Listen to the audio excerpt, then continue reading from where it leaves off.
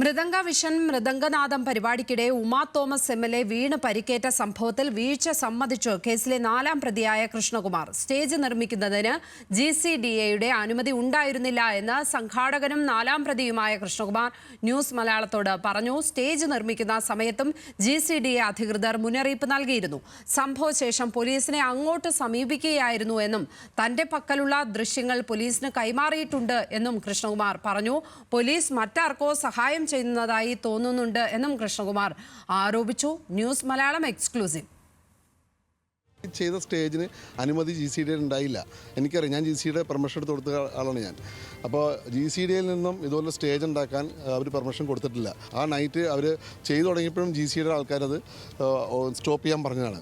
ഞാൻ പോലീസ് സ്റ്റേഷനിലേക്ക് അങ്ങോട്ട് ചെന്നതാണ്. എൻ്റെ കയ്യിൽ പോലീസുകാർക്ക് ഇല്ലാത്ത ഒരുപാട് കാര്യങ്ങൾ, ഒരു ചാനലിനും കിട്ടാത്ത വീഡിയോസുകളെല്ലാം എൻ്റെ കയ്യിലുണ്ട്. ഞാൻ പോലീസിനെ വിശ്വസിക്കുന്നതാണ്.